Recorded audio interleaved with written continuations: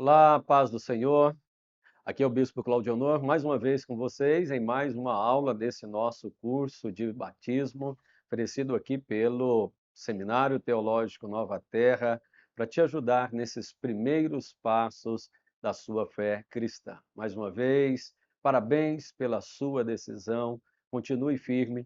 E o objetivo desse curso é te ajudar a dar passos firmes em direção à vitória, em direção ao caminho da fé. Nós vamos ter mais uma lição hoje para falar sobre Jesus e a salvação. Mas, primeiramente, queremos orar para que o Espírito Santo te ajude, te conduza, abra o seu coração, ministre na sua vida e abençoe você. Vamos orar? Feche os seus olhos e eleve o seu pensamento a Deus. Senhor Espírito Santo, Deus eterno e Pai, entramos na tua presença mais uma vez e rogamos. Abençoe, meu Deus, este que está ouvindo agora, assistindo, meu Deus, esta aula. Toca, Senhor, no coração, tira todo impedimento maligno. Meu Deus, quebre toda resistência das trevas. Ajude-nos, meu Deus, a ouvir a tua palavra, a crescer na tua presença, a te servir, meu Deus, cada dia mais e cada vez melhor para o teu louvor e para a tua glória. Nos abençoe mais esta aula. Em o nome de Jesus oramos. Amém e graças a Deus. Bom, seguindo, portanto, então, na nossa aula, hoje nós vamos falar a respeito de Jesus e a salvação. Você certamente aceitou Jesus na sua vida. E o que isso realmente significa? Se você se lembra da nossa última aula, nós falamos a respeito do pecado, que o pecado entrou no mundo, que o pecado afasta o homem de Deus, que o pecado traz consequências espirituais, consequências físicas e consequências eternas. Que o homem e o ser humano todos pecaram e todos carecem dessa graça e dessa misericórdia de Deus. Que ninguém é perfeito no padrão de Deus. E que Deus, pela sua justiça, poderia condenar toda a humanidade, que ele estaria certo e não poderia ninguém dizer, reclamar, dizendo que Deus de alguma forma fosse injusto. Aliás, esse termo de justiça que nós queremos focar a nossa aula. Porque nós precisamos sim ser justificados, tornados justos diante de Deus.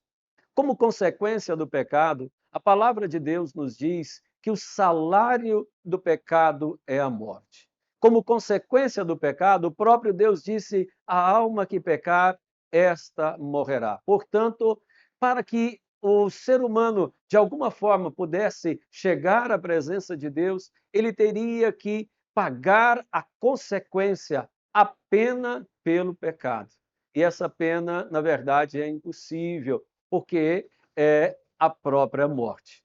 Assim, muitos pensam que poderiam evitar essa pena capital de estar na morte se conseguirem viver muito certos diante de Deus, obedecendo ali todos os mandamentos da lei.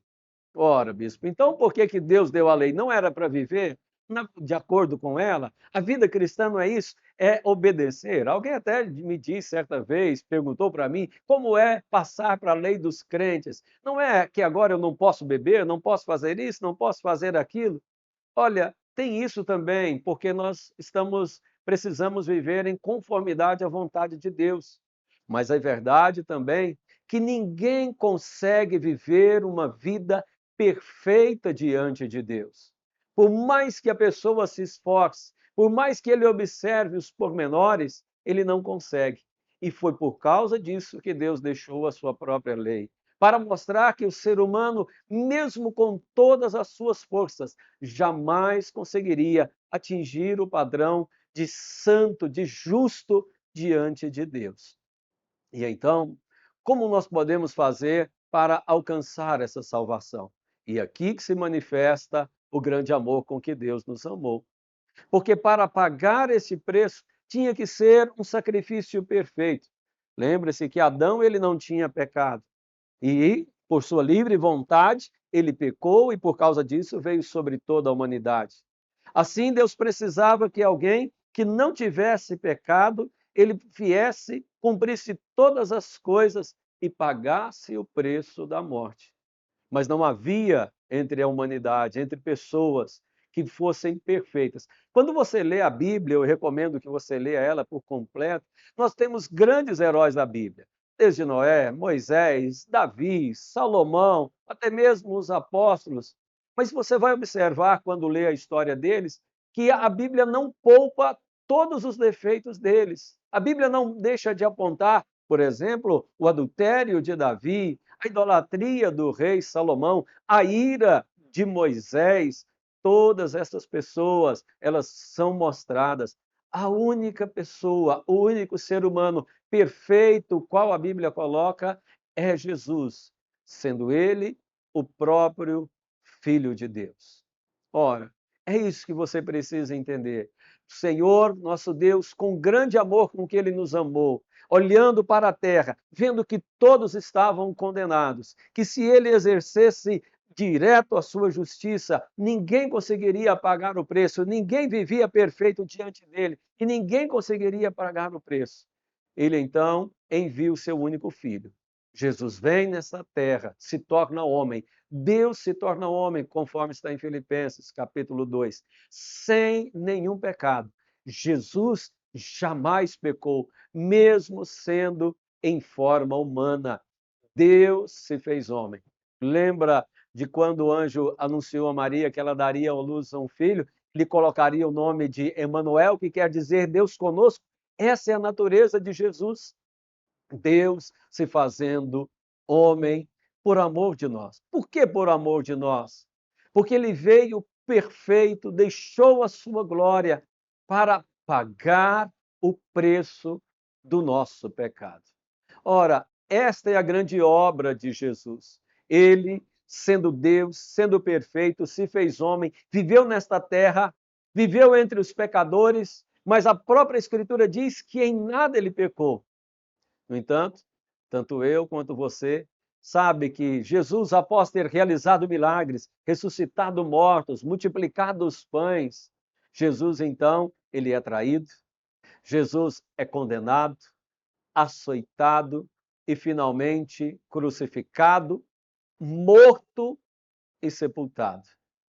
Ora, meu amado, minha amada, isso é um grande ponto, esse momento que nós chamamos da cruz, é um ponto forte na nossa vida, pois pelo fato de Cristo morrer, sem ter nenhum pecado, é quando ele paga esse preço que era nosso.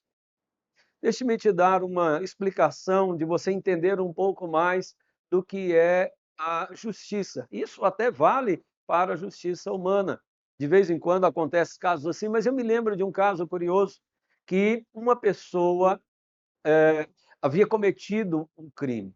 E aí a polícia, no seu erro, prendeu um inocente. Esta pessoa inocente ficou presa vários anos, dezenas de anos, se não me engano, 20 anos.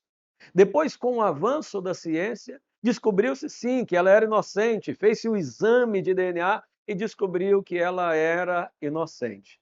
E o que teve que fazer com ela? É claro, teve que tirá-la da prisão.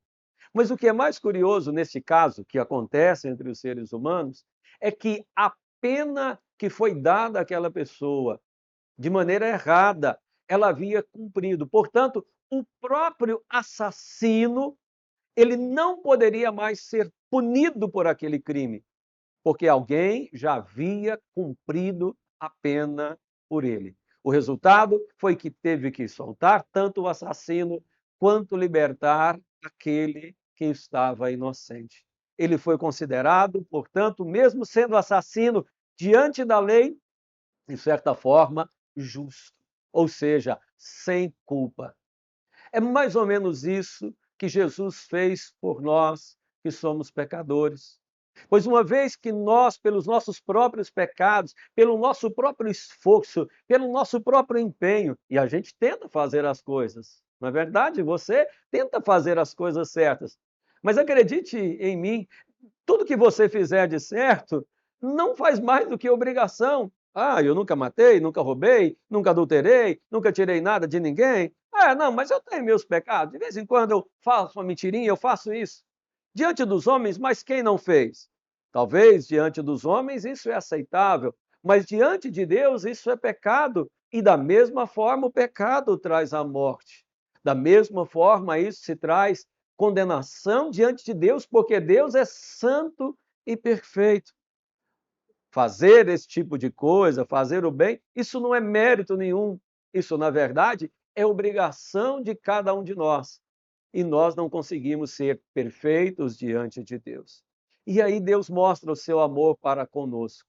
Quando se fez homem e envia Jesus, cujo salário do pecado é a morte, e ele vem em perfeição, ele só faz o bem, anuncia a salvação, faz milagres e morre, levando, portanto, a morte que era nossa.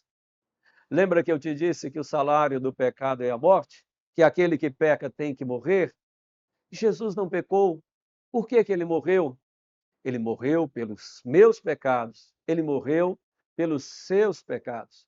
Ele, portanto, levou sobre si, como diz as Escrituras, as nossas dores. O castigo que nos traz a paz estava sobre ele, e pelas suas pisaduras fomos sarados. Este é o grande sacrifício de Jesus. É claro que Jesus, nesse sacrifício, sendo ele perfeito, a morte não poderia segurá-lo. Como aquele rapaz inocente não poderia, não é, continuar sendo preso. E aí a sepultura teve que deixá-lo. O Pai o ressuscita dentre os mortos e hoje ele vive e vive para todo sempre. E assim como alguém que é condenado, mais ou menos como alguém que é condenado e tem que receber uma indenização, hoje Jesus ele te substitui a todo aquele que crê, ele traz esta substituição, este perdão dos pecados. Mais ou menos como uma pessoa que sabe que está errado, mas Jesus disse: eu morri no lugar dele. O preço que ele deveria pagar, que ele não conseguia, eu paguei. E agora, portanto, ele deve ser salvo. Me lembro de uma história curiosa quando eu era criança a respeito de uma avó. Talvez você tenha ouvido essa história, mas ela é realmente muito interessante. A avó que cuidava do seu netinho na fazenda e um dia pegou o netinho roubando. Coisa de criança, não é? Mas você sabe, você foi criança também. É difícil a gente marcar uma idade. Pode ser bem pequeno, a criança mente, a criança rouba, ela pega. E ela então roubou alguma coisa da avó. A avó, então, para ensiná-lo, chamou e disse: olha, não faça mais isso. Não roube, isso está errado. E ele então deixou. Passado mais alguns dias, a criança tornou a roubar. E aí a avó tem uma conversa mais séria. Pega uma agulha grande de crochê, chama o netinho e diz: olha aqui, meu netinho, se eu lhe pegar roubando, se você roubar mais uma vez, eu vou esquentar essa agulha no fogo e vou furar a sua mão para que você aprenda nunca mais roubar. O netinho ficou assustado, mas passou. Os dias se passam e ele acabou esquecendo de tudo isso. A avó não esqueceu. Passado algumas semanas, a criança é pega novamente roubando. E aí a avó o chama e disse: lembra que eu te avisei que você agora vai sofrer as consequências no seu corpo?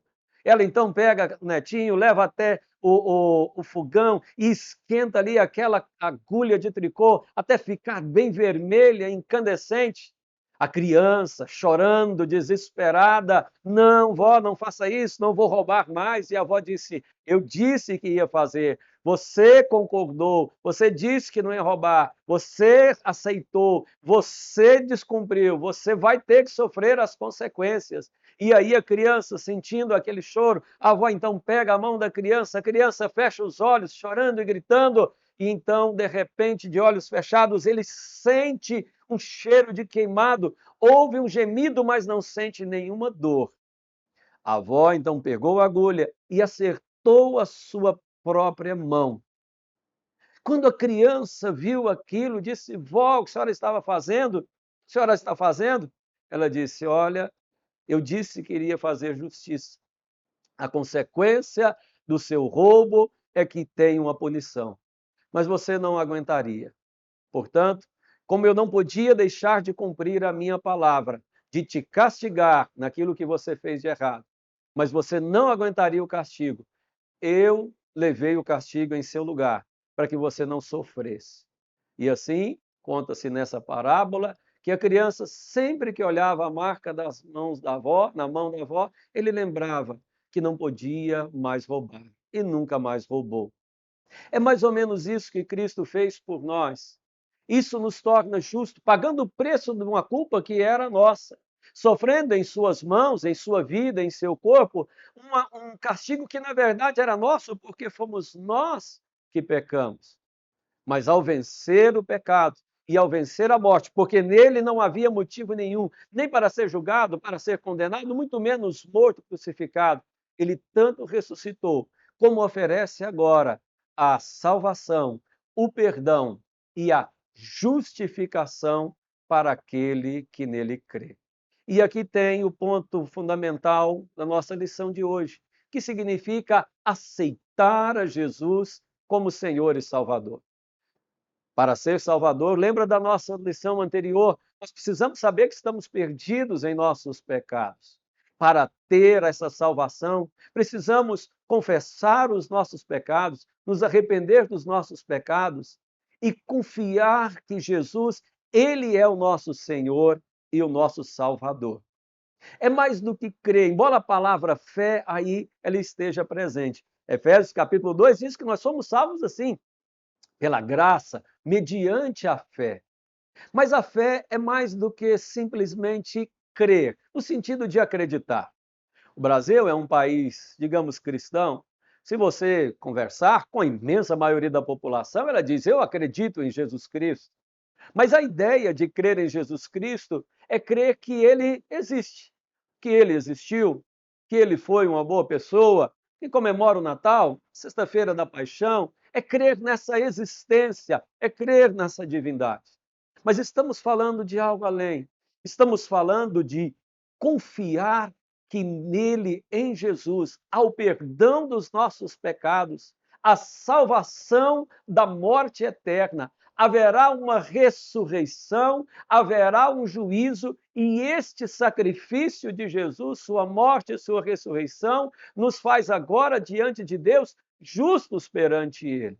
E Deus vai nos olhar e, através de Jesus, unicamente porque Ele se ofereceu por nós e nós confiamos nele, o Senhor nosso Deus nos dará perdão dos pecados, salvação e vida eterna. Lembre, vida eterna, o contrário da morte eterna pelo pecado, vida eterna em Cristo Jesus. Esta confiança, esta certeza. O que podemos fazer com relação a isso? A Bíblia nos afirma que temos que nos arrepender dos nossos pecados. A Bíblia diz que devemos, e arrepender, isso é muito forte, está falando de se sentir mal em relação ao próprio pecado. Ora, existe uma diferença muito sutil entre arrependimento e remorso. Porque enquanto o remorso é uma certa vergonha pela consequência do erro, o pecado, o arrependimento é a dor pelo próprio erro. É como alguém que é surpreendido em adultério e ele fica envergonhado e lamenta de ter sido pego. Ah, que pena, eu estou triste porque me pegaram no adultério.